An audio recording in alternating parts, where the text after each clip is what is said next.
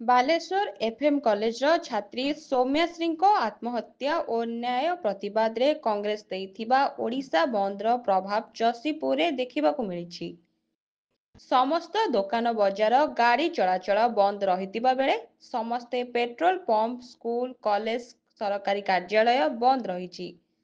କଂଗ୍ରେସ କର୍ମୀ ଓ ଅଣ-ରାଜନୈତିକ ସଂଗଠନ ଭଞ୍ଜସେନା କର୍ମୀମାନେ ମିଳିତ ଭାବରେ ବିଭିନ୍ନ ଛକରେ ପିକେଟିଂ କରୁଥିବା ବେଳେ ଯଶୀପୁର ଠାରେ 49 ନମ୍ବର ଜାତୀୟ ରାଜପଥ ଓ 220 ନମ୍ବର ଜାତୀୟ ରାଜପଥକୁ ଅବରୋଧ କରି ବିକ୍ଷୋଭ ପ୍ରଦର୍ଶନ କରିଛନ୍ତି।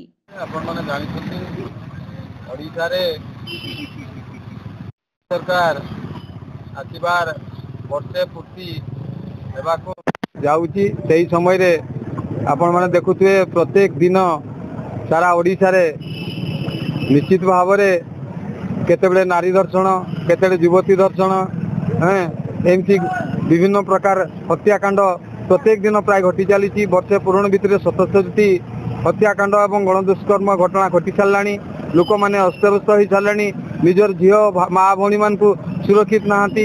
ସ୍କୁଲ କଲେଜରେ ଛୁଆମାନଙ୍କୁ ଆଉ ହଷ୍ଟେଲରେ ରଖିବା ପାଇଁ ଗାର୍ଡିଆନ୍ ମାନେ ଚାହୁଁନାହାନ୍ତି।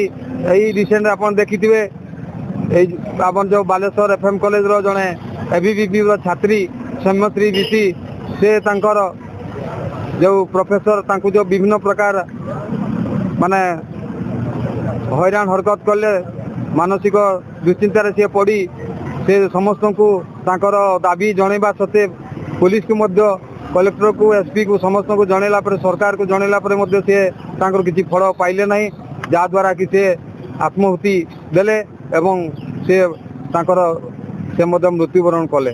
ତାରି ପ୍ରତିବାଦରେ ଆଜି ସାରା ଓଡ଼ିଶାରେ କଂଗ୍ରେସ ଦଳ ଡାକରା ଦେଇଛି ଯେ ଏଇଭଳି ଯଦି ପ୍ରତ୍ୟେକ ଦିନ ନାରୀ ନିର୍ଯାତନା ହୁଏ, ନାରୀମାନଙ୍କର ସୁରକ୍ଷା ଦିଗରେ ସରକାର ବିଫଳ ହୋଇଛନ୍ତି, ତା ପ୍ରତିବାଦରେ ଆଜି ଓଡ଼ିଶାରେ କଂଗ୍ରେସ ପ୍ରତ୍ୟେକ ଜାଗାରେ ଆଜି ଲୋକଙ୍କର ସମର୍ଥନ ମିଳୁଛି। ବନ୍ଦ ପାଇଁ ଲୋକମାନେ ଆଗଭର ହୋଇଛନ୍ତି ଯେ ନିଜର ମା ଭଉଣୀମାନଙ୍କୁ ସୁରକ୍ଷିତ ସରକାର ରଖିପାରୁନାହାନ୍ତି। ତେଣୁ ଆଜି ଆମେ ବନ୍ଦ ଡାକରା ଦେଇଛୁ। ଦେଖନ୍ତୁ, ସୌମ୍ୟଶ୍ରୀ ବିଷୟଙ୍କର ଦୁଃଖଦାୟକ ମୃତ୍ୟୁ ଘଟିଲା, ଯାହାପାଇଁ ଆଜି ସରକାର ସମ୍ପୂର୍ଣ୍ଣ ଭାବରେ ସରକାର ତାକୁ ନ୍ୟାୟ ଦେବାରେ ସମ୍ପୂର୍ଣ୍ଣ ଭାବରେ ବିଫଳ ହେଲା। ସେ ଜଣେ ଏବିଭିପିର କର୍ମକର୍ତ୍ତା କାର୍ଯ୍ୟକର୍ତ୍ତା ହୋଇ ମଧ୍ୟ ତାଙ୍କ ବିଜେପି ସରକାର ତାକୁ ନ୍ୟାୟ ଦେବାରେ ବିଫଳ ହେଲା। ତେଣୁ ତାକୁ ନ୍ୟାୟ ଦେବା ଦାବିରେ ଆଜି ଭଞ୍ଜସେନା ପକ୍ଷରୁ